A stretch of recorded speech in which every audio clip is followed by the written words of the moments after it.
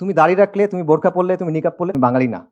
আমি তোমাকে ইসলামের একটা ভার্সন দিব, আমি তোমাকে ইসলামের একটা ছক দিব, এর ভিতরে ইসলাম মানবা, এর বাইরে যাবা না। এর বাইরে গেলে তুমি ভিনদেশি খারেজি। রাইট মুসলিম হলে কি হইতে হবে? আপনার সহি বাঙালি হইতে হবে, আপনার সহি লিবারাল হইতে হবে, আপনার এলজিবিটি কিউ মানতে হবে। মানে তারা আপনাকে শর্ত দিবে, এগুলো মেনে মেনে আপনাকে প্রমাণ করতে হবে যে না ভাই, আমি আসলে তোমার সোসাইটিতে বিলং করি।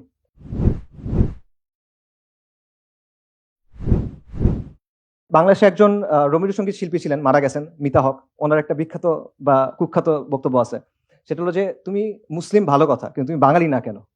বাঙালি না মানে তুমি দাড়ি রাখলে, তুমি বোরকা পরলে, তুমি নিকাব পরলে তুমি বাঙালি না, এই কথাটা। তার কথার অর্থটা কি? অর্থটা হলো যে ইসলাম মানো, কিন্তু আমি যেভাবে বলতেছি এভাবে মানো। আমি ঠিক করে দিব তুমি কতটুকু ইসলাম মানন করতে পারবা। আমি একটা ছক দিব, এই ছকটার মধ্যে তুমি ইসলাম মানো, এর বাইরে যাবা না। এর বাইরে যদি যাও তাহলে কি? তাহলে তুমি বাঙালি না। ঠিক আছে?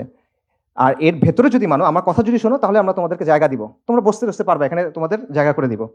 আচ্ছা, আর যদি কোরআন সুন্নাহ মানো তাহলে তুমি বাঙালি হবে না।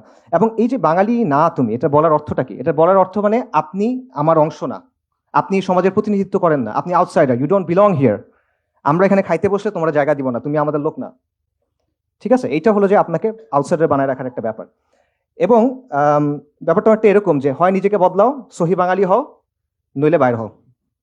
ঠিক আছে? আমরা জমিদার, তোমরা চাষাভুষা, যেমনে বলবো এমনি থাকবা, এরকম একটা ব্যাপার। আচ্ছা, সো মিতা হক সেকুলারদের যে অংশের প্রতিনিধিত্ব করে সেটা এখন কিছুটা দুর্বল, আলহামদুলিল্লাহ। বাকি এই বয়ানটা আসলে যায় নাই এখনো, এই বয়ান এখনো বহাল তবিয়তে আছে। কিভাবে আছে? আপনারা এখন একটা কথা শুনছেন যে বাংলাদেশে আরবের ইসলাম চলবে না, বাংলার ইসলাম চলবে। এই কথার সাথে মিতা হকের কথার আসলে পার্থক্য কি? কোনো পার্থক্য নাই, লিটারেলি কোনো পার্থক্য নেই, এক্স্যাক্টলি সেম কথা। আমি তোমাকে ইসলামের একটা ভার্সন দিব, আমি তোমাকে ইসলামের একটা ছক দিব, এর ভিতরে ইসলাম মানবা, এর বাইরে যাবা না। এর বাইরে গেলে তুমি ভিনদেশি খারেজি। যদি তুমি মনে করো ইন্না দ্বীনা ইনদাল্লাহিল ইসলাম, তাহলে তুমি নাজদের ইসলাম পালন করতেছো। ঠিক আছে? একদম সেম জিনিস। এবং দুই জায়গার মূল কথাটা কি?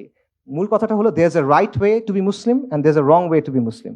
দেয়ার is a right Islam and there is a wrong Islam. আর এটা কে ঠিক করবে কোনটা সঠিক ইসলাম? ওরা ঠিক করবে, ওরা ঠিক করবে। আপনার ওটা মানতে হবে। এবং রাইট উইথ, মানে রাইট মুসলিম হলে কি হইতে হবে? আপনার সহি বাঙালি হইতে হবে, আপনার সহি লিবারাল হইতে হবে, আপনার এলজিবিটি কিউ মানতে হবে। মানে তারা আপনাকে শর্ত দিবে, এগুলো মেনে মেনে আপনাকে প্রমাণ করতে হবে যে না ভাই, আমি আসলে তোমার সোসাইটিতে বিলং করি। মুসলিম হও, ইসলাম মানো, আমার কথা বলো মানো, এটা হলো তাদের কথা। সো এটা বেসিক্যালি ইসলামকে নিয়ন্ত্রণ করার একটা চেষ্টা। সো অবভিয়াসলি তারা যেইটা কথা বলে এটা আলটিমেটলি ইসলাম না। এখানে তাওহীদ নাই, এখানে আল ওয়ালা ওয়াল বারা নাই, এখানে হাকিমিয়া নাই। এটা মিল্লাত ইব্রাহিম না, এটা মিল্লাতু শেখ মুজিব হইতে পারে, এটা মিল্লাতু লালন হইতে পারে, এটা মিল্লাতু ফুলান বা ফুলান হইতে পারে, এটা মিল্লাতু ইব্রাহিম না, আলাইহিস সালাতু ওয়াস সালাম।